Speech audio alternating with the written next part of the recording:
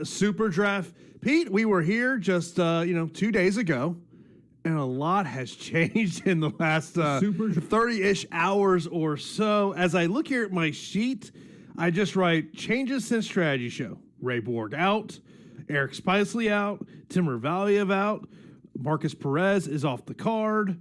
Nate Manus now takes on Johnny Munoz. There is also, we have got Jamal Emmers is now taking on Vince Cicero. So much changes to talk about, Pete. Bro, how much time you got? Because we got to cover a lot, all right? And what's up, everybody? Thanks for joining the show, because basically Thursday's show, I don't know how much you can take from that because there's so many different changes. So now we really have to dive in and cover everything. I'm really bummed about Ray Borg. I don't know what's going on, but I was bummed about him being off the card because I thought it was a very, very juicy spot and somebody that I really had a lot of faith in. So now we have to look at all these different options. Of course, one thing we got to, along with the changes, talk about is we also got a change in start time. Yeah. The fights now start at 7 p.m. Eastern time. Coming up after us at 6 p.m. Eastern time, it will be MLB Live Before Lock with EMAC and Jake. So be sure to check those guys out. Be sure to start hitting that YouTube like button. That does help us out a lot. Helps other people know about this show. Also, be sure to hit that subscribe button. Hit that notification bell so when you know when Awesemo is live here on YouTube. Pete, this is my second show of the day, Pete. I already had NASCAR strategy show. Now we're here on YouTube. Let me just start off here. We're going to get into your questions, but we kind of want to talk about the changes. Yeah. And I think let's talk with Jamal Emmers, because on the strategy show you were not big on him in this spot. Now he takes on Vince Cicero. I've talked to Vince on a couple occasions. Gets into the UFC. I thought at some point he was going to get a shot in the UFC. Now, Emmers is 7,800 on DraftKings, but over on FanDuel at $12, he is so chalky today. Yeah, he's broken on FanDuel, and I really like Emmers here. I like Jamal Emmers a lot, and it's pretty crazy how things can swing like this, because I had virtually zero interest in him in that matchup against Valiev. But in this matchup against Cicero, last minute notice for Cicero, usually a 135er, bumping up a weight class, taking the fight at 145 against Emmers, who's a strong guy who has a good overall game, good wrestler, good striker. Has lost the fight to Giga Chikadze, and I know I was hating on him for that, but the reason I didn't like him in the matchup against Valiev is because Valiev's the superior wrestler, and Emmers on the feet is he's okay. But in this matchup, I think that he matches up very well against Vince Cicero. Now, Cicero is not he's not a scrub by any means. 7-2 professional, and you might know him from his time on the YouTube channel Fight Tips, where what they got, like millions of subscribers or whatever. But he's usually on there showing techniques and has a decent following and is a pretty exciting fighter. Good boxing, good overall striker. Decent on the ground, but I think that he could just be outgunned in this matchup against Jamal Emmers. So Emmers at 7,800 is a very, very nice play for me, and he's part of my core that I'm building around. And I don't necessarily know if he goes in there and puts away Cicero, but I just like his takedown upside, and I think it's a relatively safe matchup as long as he doesn't stand and trade with Cicero too much. In terms of Eric Spicely, I thought his statement was pretty interesting. Yeah. Talking about, taking antidepressants for head trauma from his last fight. That I'm not sure how to take that, Pete. Yeah. So, it's interesting because it goes to show you that when you're on medication as well, you'll start to probably blow up in size a little bit. But more importantly than that, it's the mental side of things and how you're handling defeat and losses. And at the end of the day, this isn't baseball, basketball, football. This is two guys in a cage fighting, and with some severe consequences sometimes. So I think you always have to appreciate the honesty and the openness for coming out and saying that. I hope he gets the help he deserves. Shout out to Spicely. I hope everything works out for you, man. But that was a fight that we thought we were going to have a replacement for Perez, and that fizzled out and fell through. So I mean, we're left with 10 fights. And if I'm being honest, Jason, it's not my favorite card. The card is like a mess. But you have plenty of value to go around. And if you have salary left over, don't feel the need to spend it. Yeah, I mean, and 10 fights leads to the question of stacking. If I was going to lead one fight to stacking, it might be Lando Veneta and Bobby Green. All right, let me go down the list. I wouldn't stack Brunson, Shahbazyan, Calderwood, Maya. Stacking female fights is interesting because usually high output. Luke A, Randy Brown, if it stays on the feet, which I'm guessing it will, that's a potential stack. Green and Venata. Outside of that, man, I don't see the need.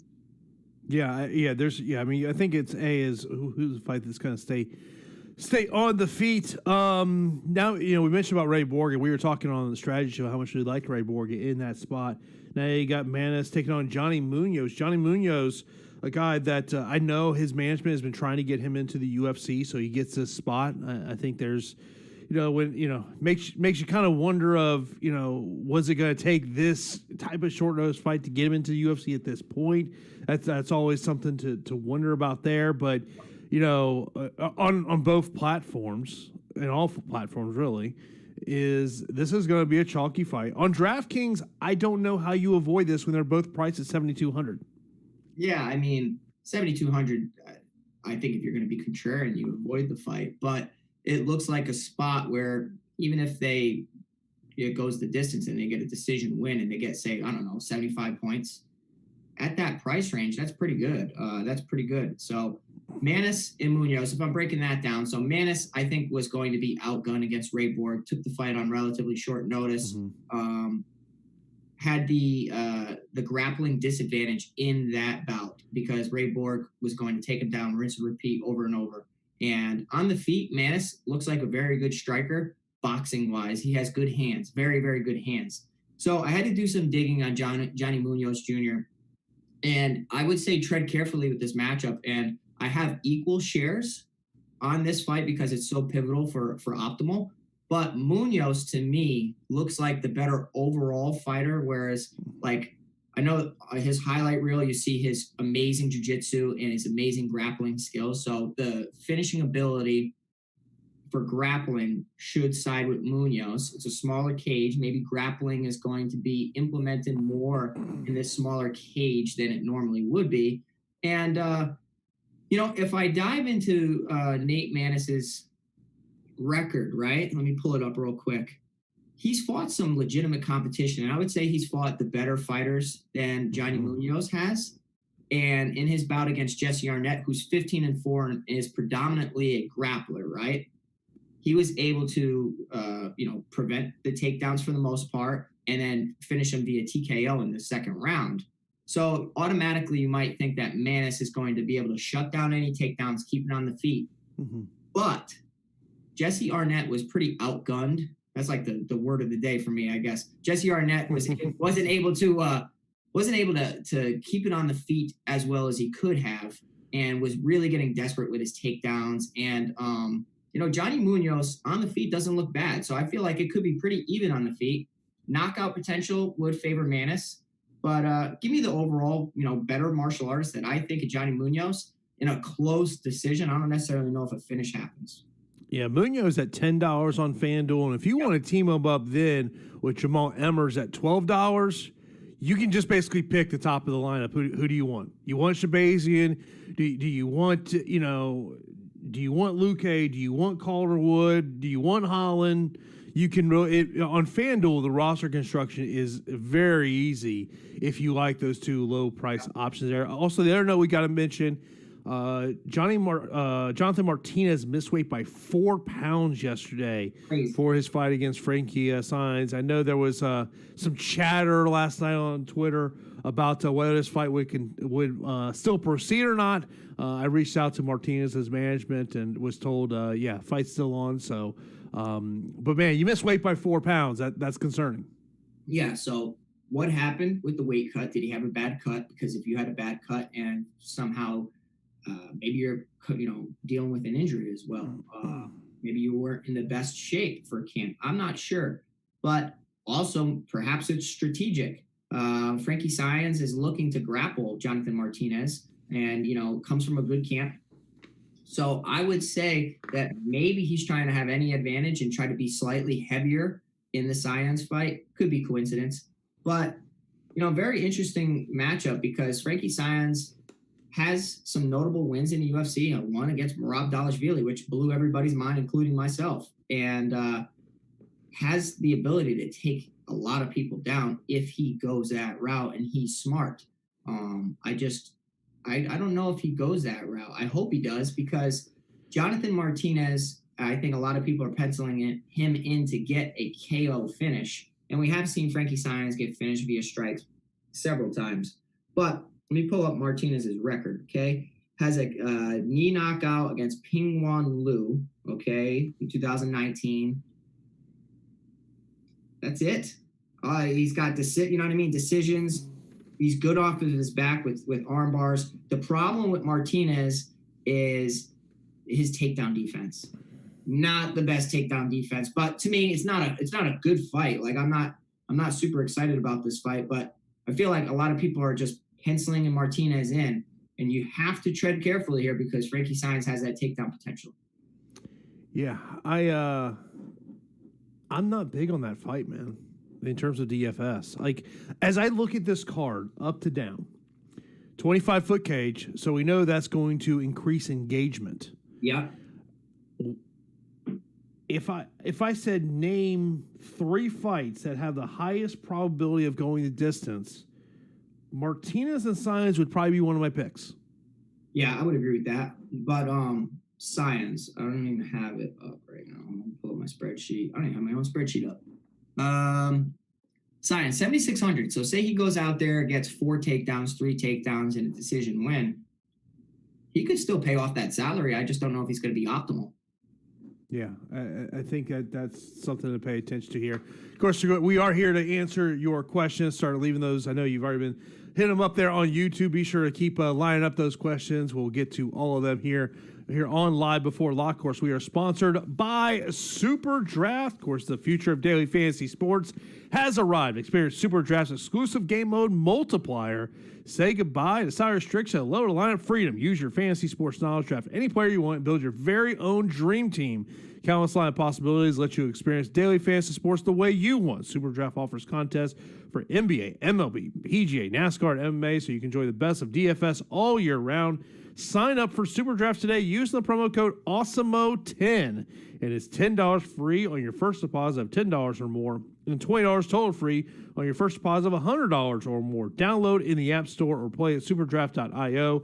SuperDraft, no limits, more winning. Of course, Pete, we got a great offer going on at Awesemo.com that does expire on Monday, which is August the 3rd, and that is get your first month of Awesemo Plus half off when you use the promo code RESTART at checkout. That's only $45 a month for Awesemo's leading DFS projections, tools, and content for NBA, MLB, PGA, and more. Celebrate the return of sports with this great deal. You won't find a better value anywhere else. As I mentioned, this offer is valid through August the 3rd, and we do have a free premium content up on the site right now, and that is the MMA Top Fire tool from Alex. You definitely, when you're building your lineups, that is a tool you definitely want in your back pocket, so be sure to check out that at Awesemo.com. So, Pete, let's dive right into the questions. Ryan popping in a question before the show started. Appreciate that, Ryan. He goes, what are our core 3 players? He goes, also, Pete, I'm proud of you, man. You finally beat the curse of the 8K matchup. Yeah, man. It's been a while since that 8K matchup has worked out for me. But I think it's going to work out for me again this week. I'm favoring Bobby Green a little bit more than a lot of people. If you like Venata because of the takedown potential, okay. But I think, Bobby Green can piece him up on the feet and do enough to get the job done. But he's not a part of my core. My core would probably be Shahbazyan. I like Calderwood as well. I think it's a very nice matchup. And then if I had to pick a third piece for the core, I'd probably say Emirates fits that bill. And those 3 fighters, I have a decent amount of faith. Now, how do they score? I don't know, but I think that they're pretty safe to get the W. My 3 core would be Shahbazyan. Yep. Jamal Emmers. Yep. And you ready for this? Are you ready? What you got? Chris Gutierrez. No, I like that. First fight of the night, though. You know me, man. That's true. Gutierrez could work out because say Durden just takes him down and keeps getting back up. He's going to have the striking advantage over Durden 100%. And I like Gutierrez.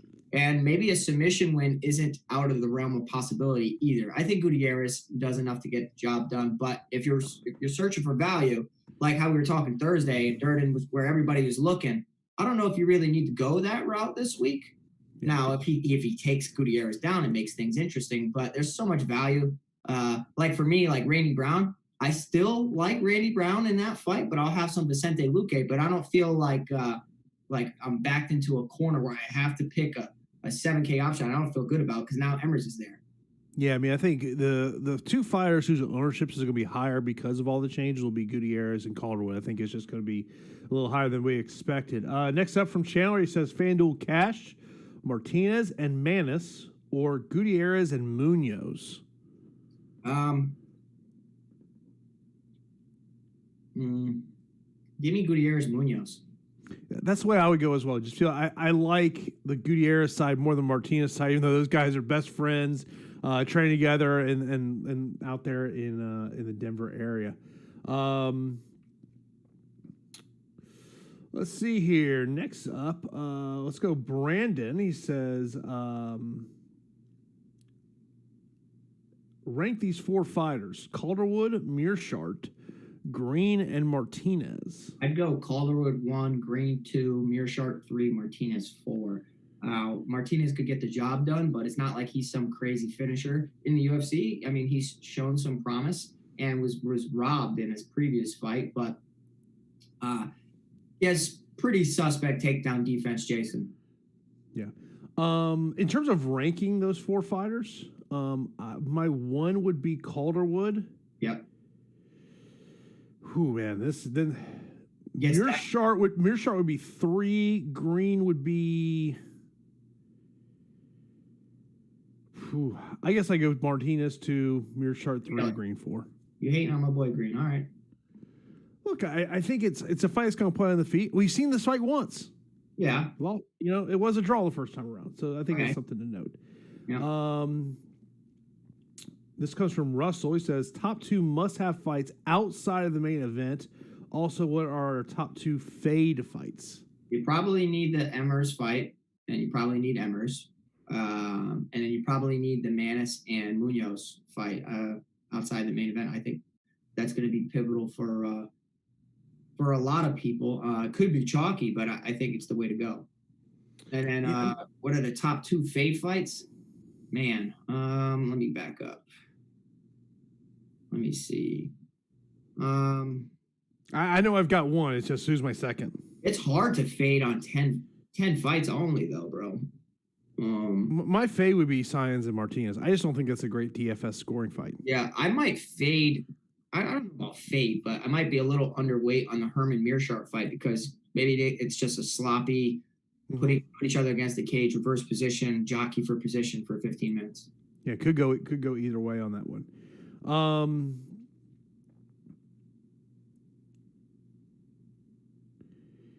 This is comes from John. He says, damn, not many options on FanDuel for tonight's slate, but who would be your favorite contrarian FanDuel MVP? I mean, look, I think that, and I know I was looking right before the show, the top 2 projections we have are Edmund Shahbazyan and Jamal Emmers. So if you're saying that's not the case, you know who I put in MVP in 1? Who? JoJo. Yeah, I did too. I like JoJo. I think Bobby Green's pretty contrarian as well. Maybe Mearshart's decently contrarian as well. I mean, he's moving up a weight class. I don't know how he goes out there and performs, but I think he should get it done. By the way, lock is at 7 p.m. Eastern time tonight. Yep. That definitely is something to pay attention to. Of course, we'll be here for about another hour leading up to MLB Live Before Lock. Mark said everyone seems to like Munoz over Manus. Who do you like? I've got equal shares in this one. My brain says take Manus, but there's a part of me that says, man, I just Munoz could do this, and Munoz on FanDuel at $10. I mean, man, that's tough to avoid. Yeah, I saw somebody's comment, and you'll probably get to it, but they said Manus was preparing for Ray Borg. So why is everybody picking Munoz when Manus should be able to defend takedowns and let him up on the feet? Let's not act like Manus had a full camp, Jason. Like he had 2 weeks when he signed the deal, and how much can you really do in 2 weeks? And it's more of a style matchup than anything. I do think Manus has fought the tougher competition, but Munoz looks like the better overall fighter in a close, cage, small cage. Give me the guy that has a little bit better overall game. So give me Munoz. Just looking at the betting lines on this one. Over the last hour, the biggest line movement is Munoz, who is now at plus 100. He was as high as plus 120. Yeah. On the other side, Manus, he started out at minus 140. He is now plus 120. It's a close fight, Jason. It really is.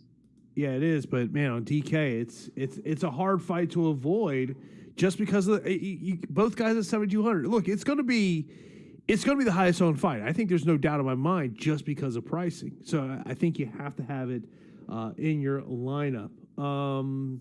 Yeah, like you said, I have equal ownership or slight favor for me, Munoz, but I have plenty of shares of both. Cameron, appreciate the tip in the donation there on YouTube. Sorry I didn't see it when it came in, but we'll get to you right now. Emmers or Green, and what replacement fighters look okay? Okay, so I like Emmers in the matchup. I think the fact that his opponent's coming up a weight class, but in saying that, I do like Green. So I'm favoring Green a lot, whereas the field probably is picking Banana based on takedown potential. But in this instant, I'll say Emmers. And then what replacement fighters look okay? Well, the only replacement fighters would be the Munoz, Cachero. I say Munoz isn't bad, man. Like, no, I don't hate on him. Next up, Andrew goes, would you dabble with Emmers in the MVP spot on FanDuel? I know we kind of talked about that. I don't think that's I think the only... It's contrarian. Shahbazyan is going to be the fighter that everyone's going to lean to in that MVP spot. I think Emmers is going to be probably the number 2. I think, other spots, I think you look at FanDuel MVP spot. I think you got to look at Vicente Luque, but you had a great point on the strategy show. It's the guy that, sometimes, can block punches with his face. Yeah. That's not necessarily the greatest thing in the world. But he's been, I still have Vicente Luque shares, but I can see Randy Brown just doing enough to get a decision win, because when you talk about that Mike Perry fight and how Mike Perry was looking in that matchup, Jason, why can't Randy Brown emulate what he did, if not better, striking? And Randy Brown looks massive compared to Vicente Luque. So I don't know if Randy Brown goes out there and finishes him, but I took my chances with Randy Brown in a few. Next up, Jared says, this is the least confident I've been in making a DraftKings lineup in quite a while. Welcome to the club, bro. Yeah. I feel like I'm playing NASCAR right now. No. By the way, did you hear me mention you in the NASCAR show?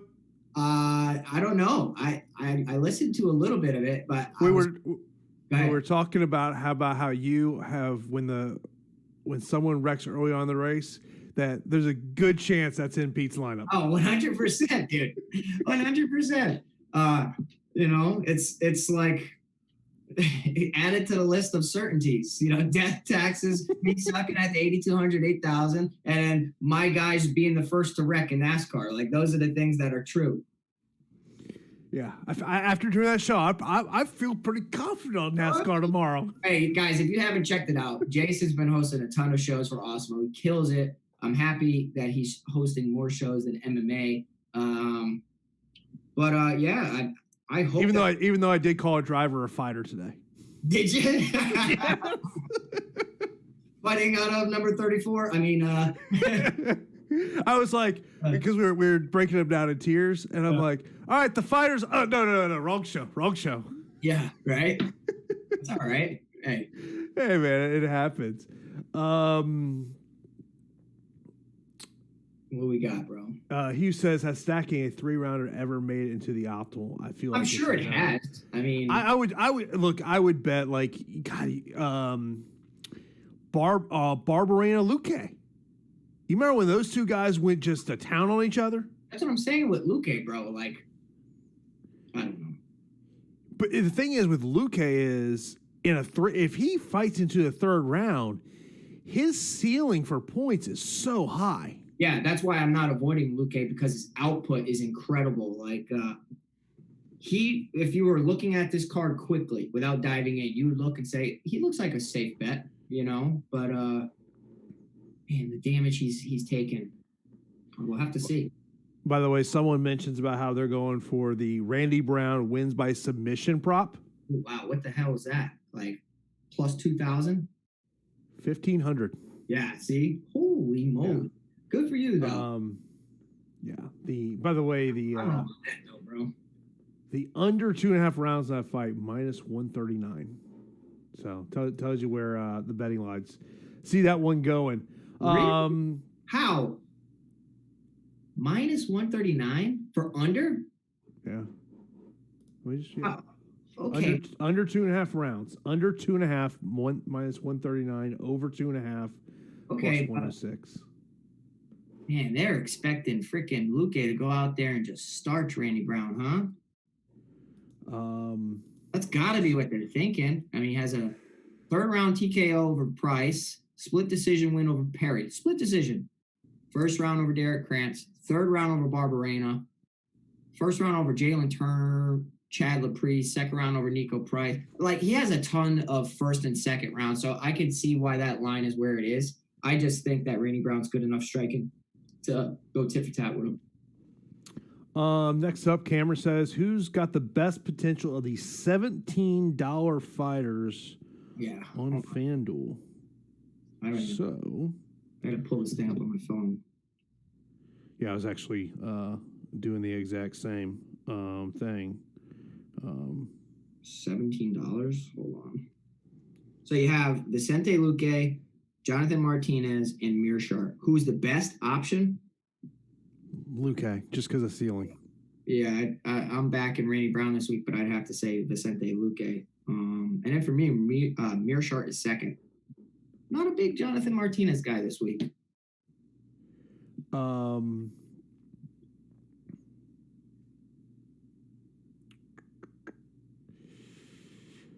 What are the top 3 must-haves? I think you need a top, like, fights must-haves or top 3. I'll say the Emmers-Cachero fight because they're both cheap. Manus Munoz fight because they're both cheap. It all comes down to, do you think the main event finishes? I might say you need Luque Randy Brown over the main event. I don't know. What a weird card, bro. I think with Shahbazyan, the fact that 10 of his 11 wins have come in the 1st round. The only time it was in his UFC debut when he went to against Darren Stewart. So, like, that's where on FanDuel, I think you really got to like Shahbazyan, especially in that MVP role with the big bonus on the 1st round finish. I don't think the small cage helps him, though, in this situation. And remember, he's used to a small cage, too. He's fought in it. So not with a wrestler like Derek Brunson, his pedigree. You know what I'm saying? Like, let's be frank. Like, this is what I look at. Okay, if I'm thinking what are fights I believe will likely be in the optimal lineup, main event, yes. Luque Brown winner, yes. Manus and Munoz, yeah. Maybe Emmers isn't optimal. The question is if Vince pulls off the upset, does he have enough ownership to be in the optimal? Somebody will have it. Will enough people be on him? Vince is good. I look at Mearshart and Herman, and my brain says I think that fight's probably optimal. But I think it's very much like we talked about with Paul Craig last week. If he wins, he's in the optimal. He loses, he might have you 5 points. Yeah. That's why you hate. I hate taking those fights because, man, you just know if you're on the wrong side, it just screws your lineup up. You need like 150 entries to cover all bases. It's very interesting, man. Yeah. It says, got money left for Holland or Calderwood. I'm leaning towards Holland for the finish, but I know you're high on Calderwood. What am I missing? And this is on DraftKings. Yeah. So like I like Calderwood's output. I think that she has great striking, good ground game, goes to takedown well, but she needs to keep the fight on the feet here. I think that's Maya's really only shot of outclassing Calderwood is catching her with a lucky submission off of her back. So hopefully Calderwood doesn't take her down and then get submitted. That would stink. But I would probably say there's so many fights I'm looking at, Jason, where it's like I could see that being optimal. Like the Kevin Holland, I like Kevin Holland, but how bad is his shoulder? Like, how bad is his shoulder? All right, I'm gonna give you an over/under number. Okay. 7.5. You going over/under finishes? I'm going under. That's a lot. Okay, 6.5. Yeah, bro, that's a lot. All I need is 2 fights to. 6. Okay, 6.5. I go over. I think this is a card that has a lot of finishes. I'll say 6. 6 finishes. All right, we'll see who's right later on. Yeah. All right, we'll see. Wynn asked about Luque versus Brown analysis. I know we talked about this on Thursday, but go ahead and kind of break this one down again. Of who? Vicente Luque and Randy Brown. Yeah, so Vicente Luque, both good strikers. Vicente Luque, Randy Brown. Randy Brown is an incredible boxer, probably has the hands advantage and has a decent size advantage over Vicente Luque. Let me pull up my screenshot, make sure I'm talking the correct. Yeah, so he has a 4-inch height advantage and a 3-inch reach advantage, but let me tell you, he looks massive compared to Vicente Luque. Vicente Luque holds his hands really tight to his head, so he has a very good guard, but he could be just kept at range with Randy Brown. But how much can you keep somebody away from you in a small cage, Jason? You know what I mean? But Vicente Luque, definitely the better overall fighter than Randy Brown, has the submission wins, has the volume output, throws 5.6 strikes per minute, but does absorb a ton of strikes. So for me, I can see Brown just sticking to the outside and trying his best to keep his back off the cage. When I saw Randy Brown sparring in camp, when I tell you that this guy looks like he's sparring in a kiddie pool, like that's how small the cage is. And now he's going to be in a bigger cage, even though it is the small cage. So I think Randy Brown is going to be pretty well prepared in this matchup. Andres asks, what's the top value play on DraftKings? Emmers. Ty says, how would you rank Green, Science, Munoz for cash? I'd go Green. The other two, I don't know if I'd touch for cash, bro. And he's FanDuel, right? Yeah. Ty's a FanDuel guy. Why are you going to do that? You can literally jam in so many good people on FanDuel. I mean, we were doing it before the show, talking about stuff. Like, I don't think you need to go that route. Moby asks, he goes, if you had to stack 3 fights on FanDuel. Goodness gracious, bro. Okay. How would you rate those stacks? Why? I don't know why you'd want to stack 3 fights. Hey, man, if you have, like, I don't know, a fire pit in your backyard, just dump your money and light it on fire, because I think that's what you're doing right here. Stacking 3 fights. I'm not trying to, knock him. He's trying to be completely contrarian. That is contrarian. I will say. Oh yeah. You would be if that somehow came in, you're winning every tournament. Yeah, right? Oh my Lord. Stacked 3 fights? I can't wrap my head around that. Okay, let's try. Ooh. Okay. Vicente Luque Brown, I guess. Okay, yes. Renata Green, I guess. Bro. I'd probably go Calderwood Maya. I'm crying over here. Yeah, Calderwood Maya for the third one. Goodness gracious. Which underdog has the best chance for an upset?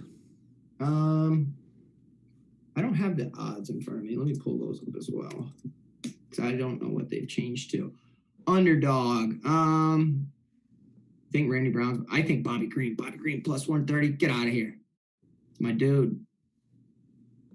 Yeah, I like Bobby Green. And the Munoz Manus fight goes to show you that they don't have a clue. That's a very tread carefully fight. Like, Vegas doesn't have a clue who to back. Yeah, I say Bobby Green plus 130. How would you rank Luque, Yeah. Mearshart, and Manus? Which platform? Doesn't say. Since it's from Ty, I say it's FanDuel. Frickin' Ty. Luque, Mearshart, Manus. Well, for FanDuel, I would say Luque's style kind of works for FanDuel because of the high output striking. The submission attempts,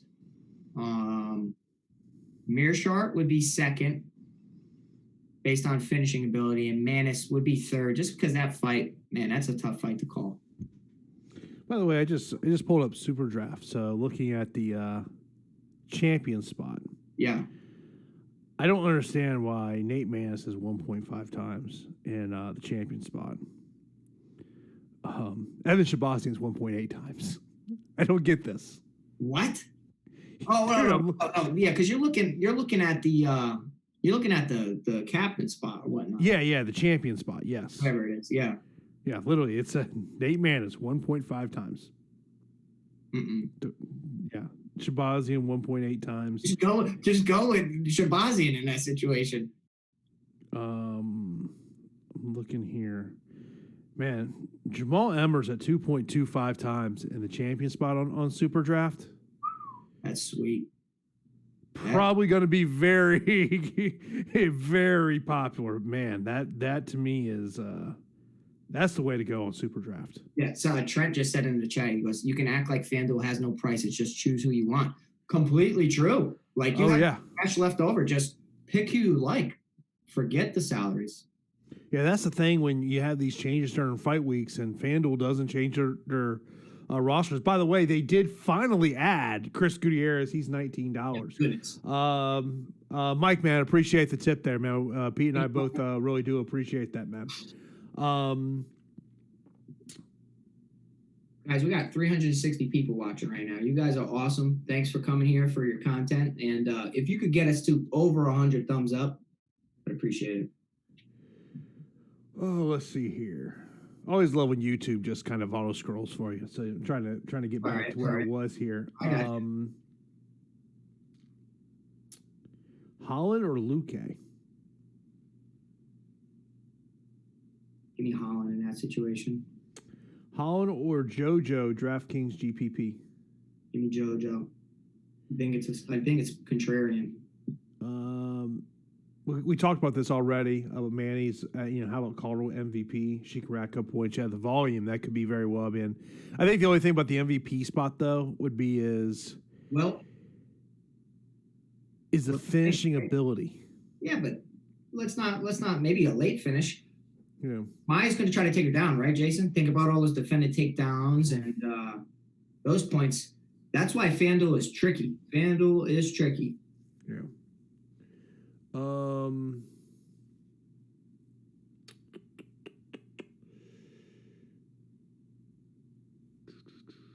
Does Cody Durden have a chance, or will he get destroyed instantly? Yeah. This is the thing I would say is I think for Cody Durden to win the fight, I believe he has to utilize wrestling. I do not believe that he can win this fight on the feet. I agree. Wholehearted. Chris Gutierrez is going to. This is a huge part of Chris's game. Chris uses leg kicks very effectively. It's not just the Vince Morales fight. Go back to all of his fights. He uses those leg kicks very effectively.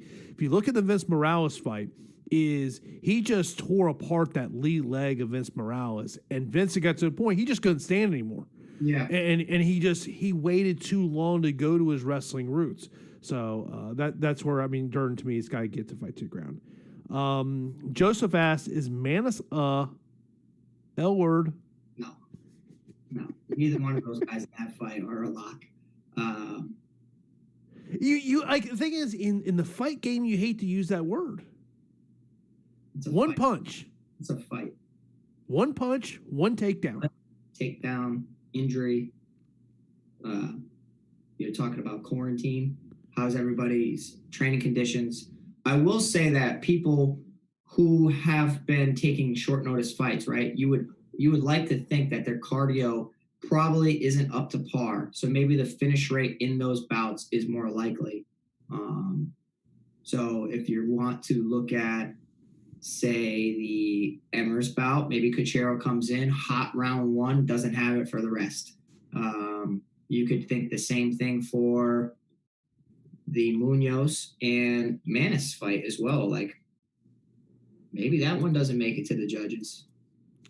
Someone had mentioned about Derek Brunson winning by knockout. The prop bet on that one plus 550. Done it before. If you just take him straight up, he's plus 330. So I mean, are you going to chase the extra 2 for that? Man. But look, if Brunson wins, he could win. It could be a decision. Yeah, if he wins, it's via wall install, grappling type of approach, I would imagine. I mean, that's what I would think. Yeah. Thoughts on projected remaining salary? This card screens plus 1K remaining. Yeah, in several lineups I had money left over. Yeah, I mean, and there's nothing wrong with that. No, any money left over is good. Yeah, don't feel like you have to spend every single dollar. Especially on this card, because I'll tell you, some favorites are going to lose. Which underdog has the highest chance for a finish? I almost said Borg. Green. Hold on. You guys are driving me nuts with this. I got to pull these things up again. I might as well keep Green would make sense. All right. Let's underdog. Cody Durden, most likely via wrestling. So no, not a finish. Vince Cachero, if he wins, he probably catches Jamal Emmers on the feet. Mm-hmm. He throws heavy hands. So that's Manus and Munoz. It's a coin flip. Science probably isn't going to finish Martinez. See, the thing with everybody saying Martinez can sell him on his back is that Science is actually very, very good in jiu-jitsu as well, but was a collegiate wrestler. So I find that hard to believe. Trevin Giles beating Holland now. Ed Herman via KO is interesting because he is now the underdog. That's probably his path to victory, but no, I have no interest. Martinez by submission plus 1160. It's interesting. I like Randy Brown could finish Vicente Luque, even though nobody has. Just because we haven't seen it happen doesn't mean it's not possible. Yeah. Next up, Justin, appreciate your tip donation. Didn't see that before. Really do appreciate that. Favorite underdog, Bobby Green. I think that we kind of talked about that one. Oh, no. Hold on. You're on the Bobby Green now? Please. I'm speaking for you. Oh, yeah. Okay. Who's your favorite underdog? It's probably freaking Ed Herman. Why do you hate on Ed Herman? I don't know. Why do you hate Ed Herman? So what did he do to you? I don't hate Ed Herman, man. It's just like, he's okay. He's just there. Favorite underdog that I can't. Yeah, see? Yeah, it's Ed Herman. Yeah, see, bro? I know this guy too well. I've been working with Jason for too long. This guy, he's so predictable. Steven asks, who are we targeting for some finishes? I'm targeting a lot. I mean, I'll go down it. Shahbazyan, Luque Brown winner, Herman Burchart winner, Holland, Munoz Manus winner, Emmers, Gutierrez. You named the whole card. You think 8.5 finishes are gonna come? I would have taken that bet. I'm gonna be FaceTiming you about midnight, going, "What, Pete? Man, look at all these finishes."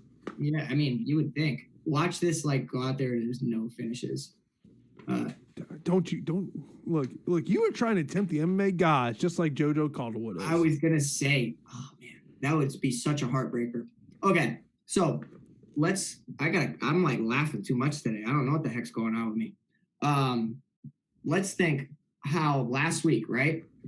who did we really not give a shot to? And they came in and performed really well. I'd probably say Jesse Ronson. Is it Jeff Ronson? Jesse Ronson? Jesse Ronson. You got to mention Francisco Trinaldo getting the stoppage there. Didn't look good for him the second round. No. We mentioned Trinaldo. I'd say Ronson because we were worried about moving up in weight class. So, okay, before we answer another question, this is something I want to do. I want to look at who are we not talking about? Who are we not talking about? Brunson? Okay. Jennifer Maia. Yep. Trevin Giles. Okay, let's talk about Trevin then. What's your beef with Trevin? I don't have any beef with him. I mean, look, I think he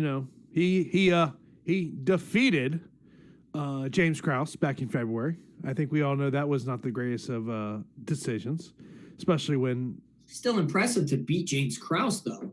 Like James Krause, I know you took it on like a day notice, but still, dude, he stepped up like literally a 24 hours notice. Stepped on the scale, made weight. Okay, but he at the end of the day, he didn't get put away by James Krause, which is a little interesting. Maybe Krause was fighting at 85. Krause is a 70er. I don't care. I'm talking about like volume. Let's forget the weight class because clearly people moving up in weight is not a good thing to go by, Jason. Think about the Jesse Ronson. So maybe Giles, right? Well, look, I know some guys move up to 55, and I really like this decision. I have to, bro. Okay? I have to move up to 55. And if a short notice opportunity came, like the UFC, you bet your bottom dollar that I'd be taking a fight at 170. You know what I mean? Like, it's opportunity. And Giles here at 7,300, somebody we're not really talking about that much because we talked about basically everybody. Hold on. I'm going down the card. Giles, man, what's his ownership going to be? Well, let me pull that up there for you. Let me do a refresh here. Pull up Giles and pull up Maia because those are two people we're hating on. Hold on a second here. Why are you doing that? Let me. Well, while I pull it up, let me let you know that we are sponsored by SuperDraft. The future of daily fantasy sports has arrived. Experience SuperDraft's exclusive game mode multiplier. Say goodbye to salary restrictions. And hello to lineup freedom. Use your fantasy sports knowledge. Draft any player you want and build your very own dream team. Countless lineup possibilities. Let you experience daily fantasy sports the way you want. SuperDraft offers contests for NBA, PGA, MLB, NASCAR, and MMA. So you can enjoy the best of DFS all year round. Sign up for SuperDraft today using the promo code Awesemo10, and it's $10 free on your first deposit of $10 or more, and $20 total free on your first deposit of $100 or more. Download in the App Store or play at SuperDraft.io. SuperDraft, no limits, more winning. Also, be sure to check out Awesemo.com, and you can get a Awesemo Plus MMA weekly pass for $8.95 for tonight's MMA slate. This includes full access to all Awesemo's leading fighter projections, ownership projections, and the top fighter tool. There's never been a better time for MMA DFS, so step into the octagon today. That's right. In terms of old projections, so who are you at? You were about Trevin Giles, right? I want to know ownership on Trevin Giles and Jennifer Maia because maybe 25 and 23. 25 for Trevin Giles. Yeah, and 23 for Jennifer Maia. That's on DraftKings over on the FanDuel side of things. Who's coming in the cheapest then? We got Maia at 16.5, Giles at 13.5. Cheapest on FanDuel, Vince Cicero and Frankie Science, and the third is Derek Brunson over on DraftKings. It is Cicero, Durden, Brunson. I think Durden's going to be decently popular. Yeah.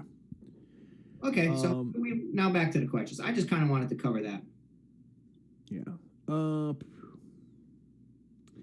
Calderwood Love on FanDuel seems like she could be really low owned. Yeah, that's my girl. The thing is FanDuel, man, roster construction is so easy with all these changes. Yeah, I mean, don't even look at the prices. Yeah. Someone says FanDuel pricing sucks. I'm not a fan. It depends on how you look at it. It could suck or you could really love it. You can take advantage of it, yeah. Yeah.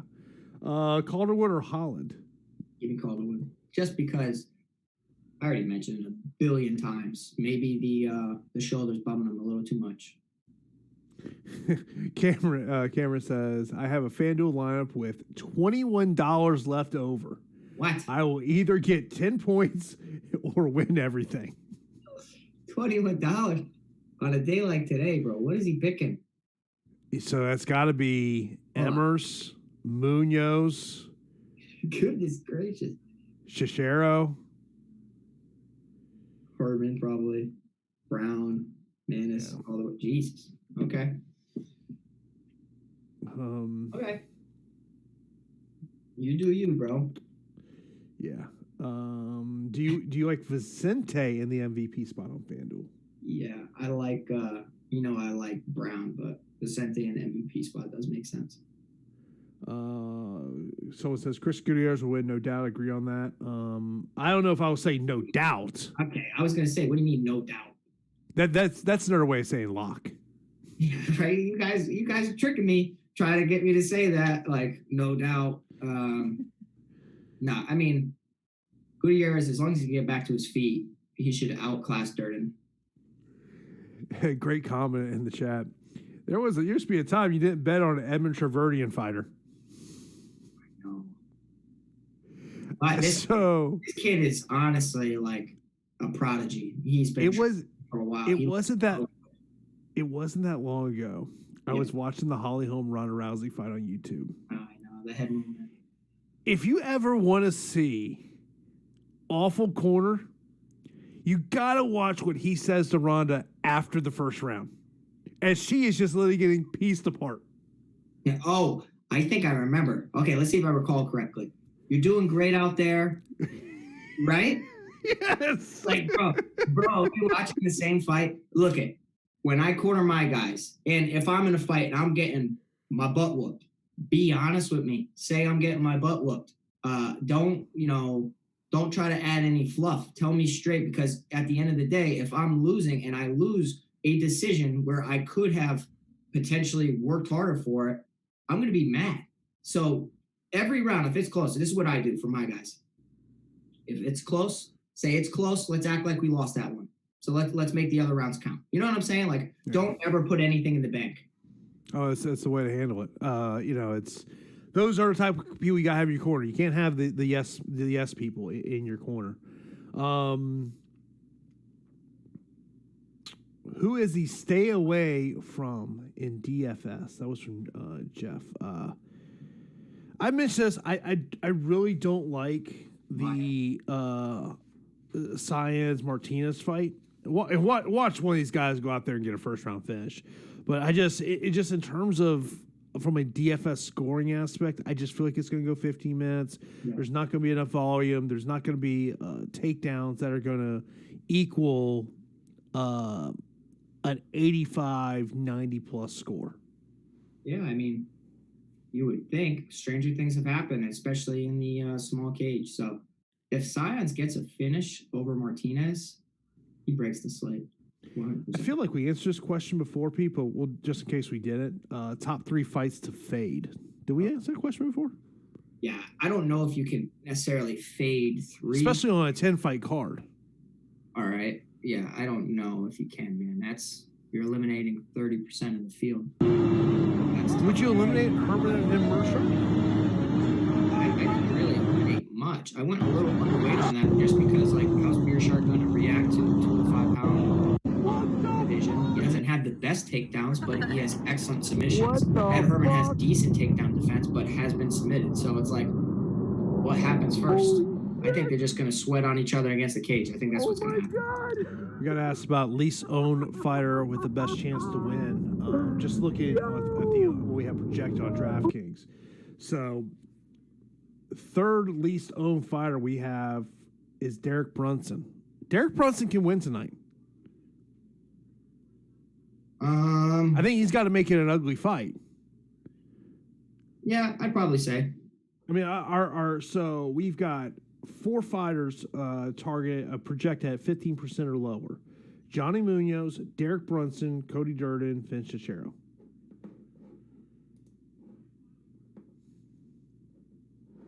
Munoz or Cachero are interesting, man. They really are. Emmers or Herman Munoz on FanDuel? Cachero are interesting, man. I like Emmers. I feel better with that one. Emmers or we've got 4 fighters. I say a third round stoppage from Calderwood or Luque would be the optimal MVP on FanDuel with their strike upside that's possible. Yeah, so Calderwood and Luque, if you look at the whole card, are the volume guys of the card. Volume guys for sure. Well, by the way, we'll volume fighters. I shouldn't say guys. We'll be here for another 15 minutes or so. Then, of course, coming up after us will be MLB Live Before Lock with EMAC and Jake. Jason goes need to. Gutierrez, Holland, and Luque. I would say I would feel most comfortable. Oof, man, Luque is the ceiling so high for him. So is Holland. I would go Gutierrez, Holland.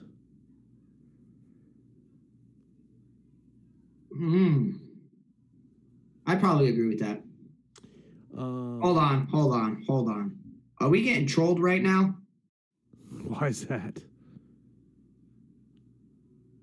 People saying that freaking Mearshardt's out with COVID. You guys better not be trolling me right now. Yeah, you guys are trolling me. What's up with you? He's saying not fake news. It's apparently not fake news. It looks like, yes, we... Brett Appley tweet. Get out of here. Are you kidding me? Gerald Mearshart tested positive for COVID and is out of his fight against Ed Herman. He tested negative on Tuesday, but his last test came back negative. That comes via a reporter from Combate down in Brazil. What the heck? By the way, remember, he trains out of Rufus Sport, and you remember there were, people in that gym who had it. Hold on. Let's okay. This is perfect. This is why we have the show, for these last second little things. I feel like we're covering NBA right now. And Anthony Davis just got knocked out because of a fingernail. But Bro, is he officially out? I didn't know. I got him in a lineup. Oh, Mearshart? Yeah, I don't know. No.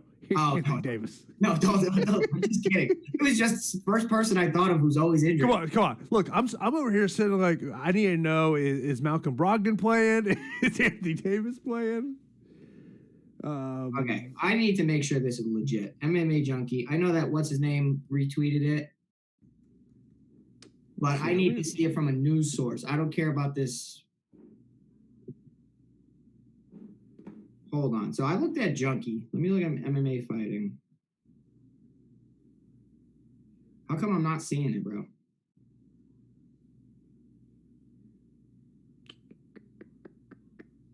Just kind of scrolling down my timeline, see what other people that I follow are talking about it. But okay, so Craig Allen, a buddy of mine, hosted.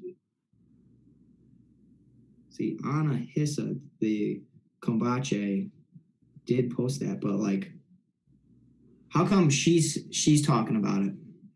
I believe she's in Vegas. Yeah, but how come nobody else is? And everybody's retweeting it and saying per Anna Hissa. What the heck? Well, the good thing is, right? Let's not panic about that, Jason. Because we got 90 minutes before our roster's locked. No, you don't. It starts at 7. No. Yeah, it's 5:30. Yeah, 90 minutes. Yeah. I said 90 minutes. That's plenty of time. Plenty of time. I'm going to keep tabs on that. Because until I see, I'm not taking him out until I see. And I know that she has a freaking blue check next to her name, but I need to see it from somebody else. Okay. Yeah, we'll keep tabs on that one. FanDuel clock is in 30 minutes. That is interesting. That is a monkey wrench for show. Yeah. What the heck? By the way, be sure to hit that thumbs up button here on YouTube. That does help us out as well. I mean, if you want to be safe, right, you take them out. Oh yeah, you have to. Yeah, I think you have to just not roster that fight. If your roster's gonna lock. Oh, good for me. I don't have him basically anywhere. Oh yes, I do. Crap. Okay. Yeah. Somebody said Herman via COVID win. It's messed up. Emmers or Brown? Emmers all day. If Dern's win, is he in the optimal? Most likely. At that price range, of course. Look, if Durden wins and he's in the optimal, you're not going to have a massive tie at the top of your tournaments. I agree.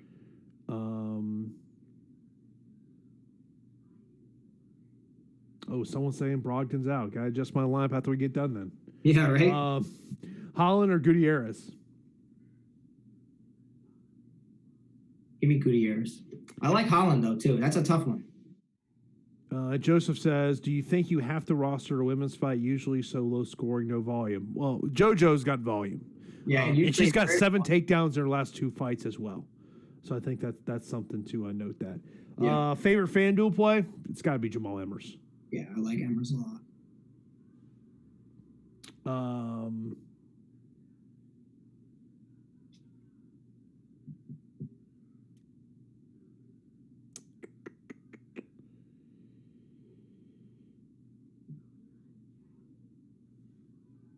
Okay, Ariel Helwani just tweeted it, so it is legit, and that's my guy I was waiting for.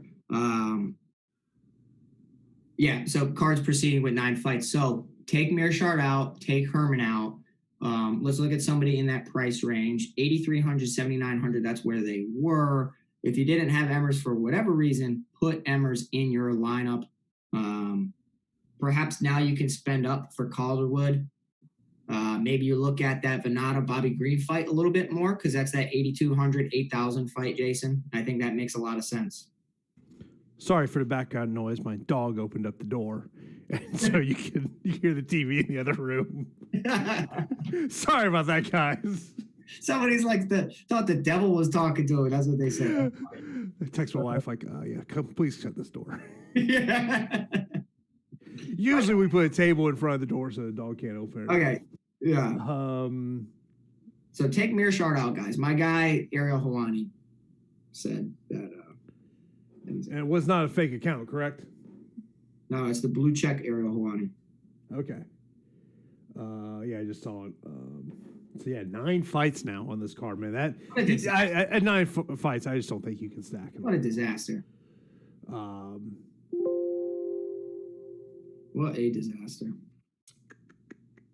Well, prioritize your FanDuel swaps. Hey, as Jared says, never a dull moment in MMA. Never, bro.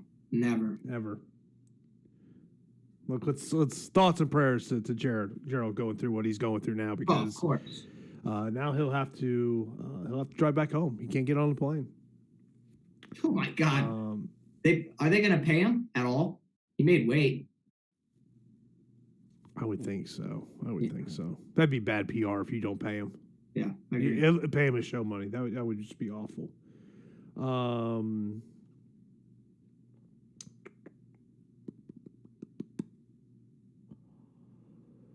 Makes it interesting, bro. But sure, start lining those questions up. We'll be here for another 10 minutes-ish or so. Trent, man, appreciate the little tip on the NBA tonight. Apparently, Victor Oladipo is playing. That'd be interesting. I don't know if he plays enough.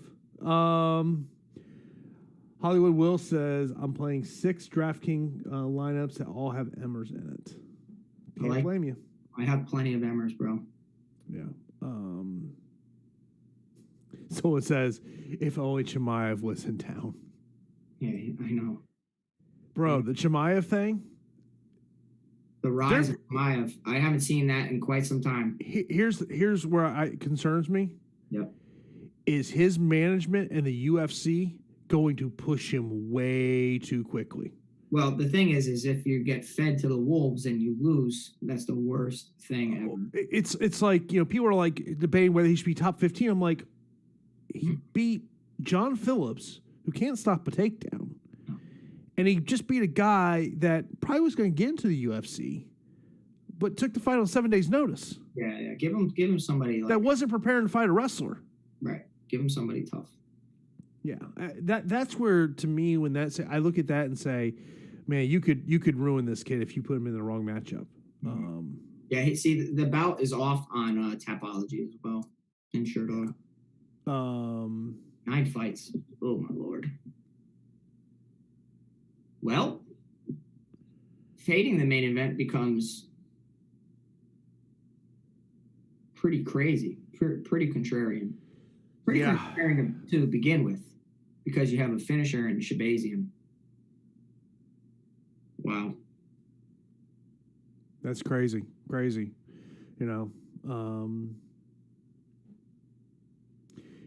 just makes you wonder, if you tested negative on Tuesday, how did you test positive in your most recent test? I wonder how many fighters that actually happens to as soon as they leave that island. Like if they were to take a fight, they were to take a test like right after their fights, how many fighters in that same boat? 2x2 question: Holland and Green or Luque and Manus? Give me Holland and Green. Can you survive without Luque? Yeah, I think so. 9 fights though. Volume is there, man. You really only got 2 volume fights now.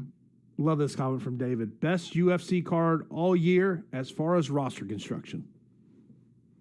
Maybe you know something we don't. It's definitely your chances are increased because how many fights are on the card, but the likelihood of you tying with everybody is definitely increased as well.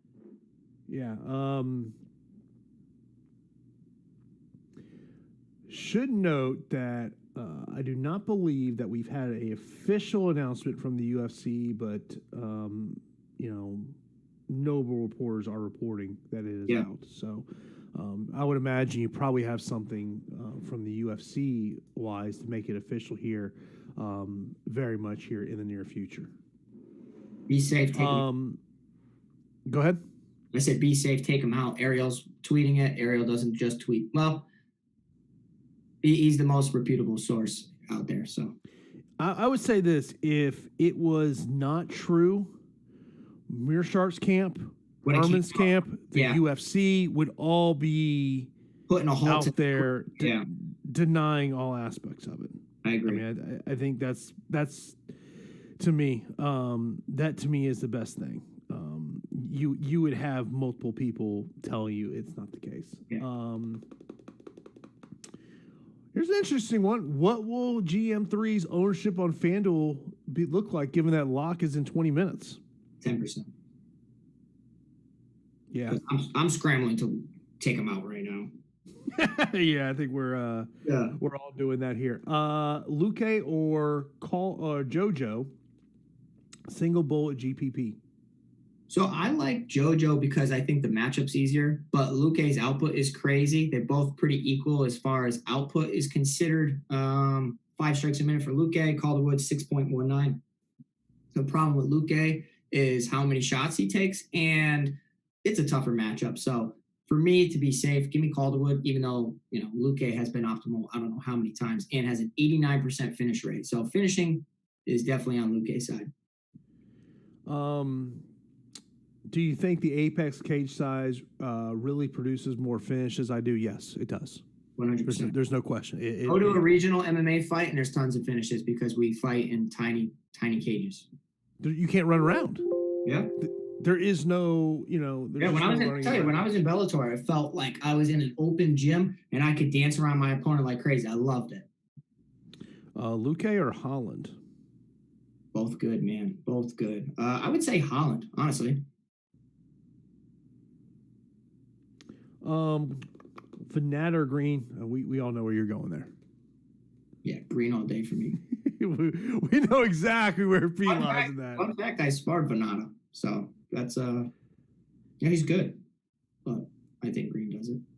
Yeah, just looking at one of my FanDuel lineups that I had Ed Herman in, now it makes my roster construction a little different. maybe that $21 left over is not too crazy. Right? Favorite captain on FanDuel? I like Shahbazyan, obviously. I think Holland's an interesting one. Yeah. How many finishes now, Jason? Exactly. Oh, man, 9. So we got 9 fights now. That was a fight I had as a finish. Take it at 5. I say 5. If the number's, all right, I'm setting the number over under 5.5. Okay. I'll take the under. Oh, I'm over. Okay. I'm over. This guy thinks the card's going to end at 10 p.m. They could. It won't. No, bro. These are TV executives. Even though it's on ESPN Plus. Yeah. No, it'll still end like midnight. Yeah, give me the under. Exactly. E-rush. Okay, when we get like 8 finishes. 8 out of 9? I'm just gonna FaceTime you, beer in hand. Toads, Pete. All right. I'll do 20 push-ups for every finish. How about that? Just for the heck of it. Hey, you be doing a lot of push-ups tonight. Yeah, right. I won't hit the guarantee it. Do you have to have a piece of the co-main event now that there's one less fight? Mm-hmm. I think it's called it pretty easy. Munoz or Manus? We talked about that. I mean, you can have equal shares. Manus definitely has the striking advantage. Munoz seems like he has the grappling advantage. Smaller cage will basically make the fighters engage and tie up with each other. So give me the guy that has a better ground game. Maya or Science for the last spot? Science. Maya's super contrarian. So I think we're like a lot of people right now. We're sitting here going, "Oh, I'm just on FanDuel in case they truly do lock this thing at 6:00." Dude, I'm doing it now. I have to. How chalk is Elmer's going to be, and is that a square spot or do you need to be contrarian and pivot? If you pivot, that could actually be how you can differentiate your lineup because you already know 9 fights. People are picking that as their core. They're picking Shahbazyan, Emmers, 1A, 1B, just to get their lineup started. So if, say, Emmers does win and it's not the most impressive thing, and you pivoted elsewhere, you could honestly shoot up the rankings.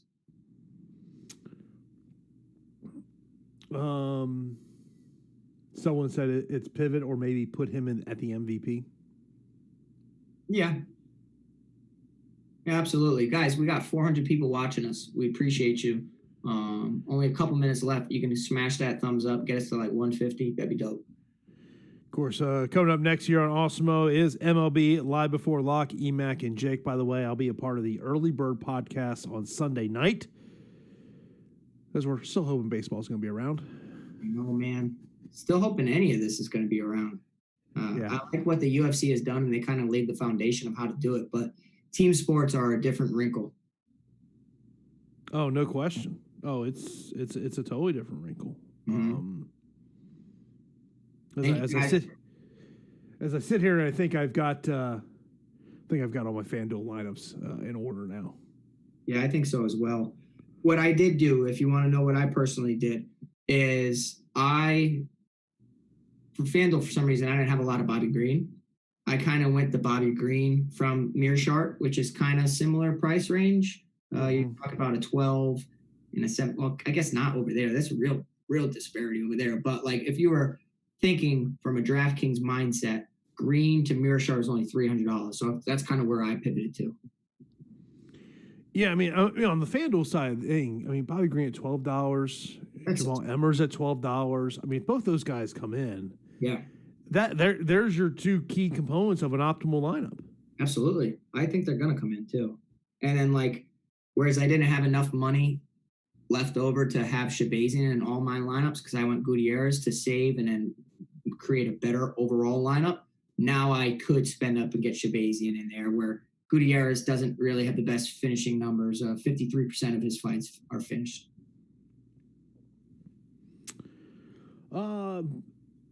Badlands asking us Herm or start fight off. It all appears that way. I've not received a official announcement from the UFC, but that according to every reputable source. Yeah, I mean, look, and I would say this: if that story was not correct, there would have been a quick reaction by the UFC. Yeah, absolutely. Like who leaked this? And let's definitely. And look, when you have your broadcast partner saying it, that's a pretty good indication. Who said that? ESPN. They're a broadcast partner. Oh yeah, ESPN's not going to say it. Yeah, it's all right now on the ESPN MMA account. Yeah, Ed Hearn versus Joe Mearshart has been scrapped from UFC Vegas. You have 14 minutes to take Mearshart or Herman out of your lineups on FanDuel. Take them out. Okay. Yeah, you have to. Out. The lock on DraftKings isn't until 7, so. You got prioritize the FanDuel right now, guys. Mearshart's off, David. Yes. Yeah. Timothy said just tuned in. Thoughts on the Kevin Holland fight? I like Holland. It's just how bad is his shoulder? I think that Holland is the better fighter. Like if you gave full camps to each fighter, I'd be backing Holland all day. Do you think Durden will last enough for value, or rather stack Munoz, Manus, DK Cash? Do you need to stack though, Kyle? I don't know if you need to stack right here. I mean, you got 9 fights.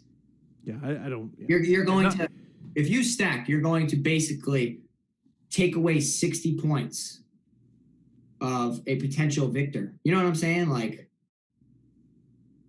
I wouldn't stack.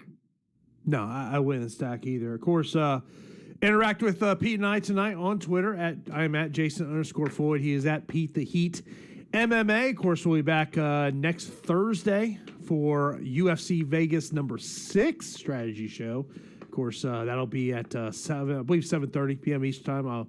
I'll put that up on my Twitter account as well, so be sure to check us out there. Interact with us on Fight Night. Of course, be sure to stay here on the Awesemo YouTube channel. Smash that YouTube that thumbs up button. Also, be sure to subscribe to Awesemo and hit that notification bell so you know when Awesemo is live. And of course, coming up next is the MLB Live Before Lock with EMAC and Jake. So that's going to wrap it up for the UFC Vegas number 5 Live Before Lock show right here on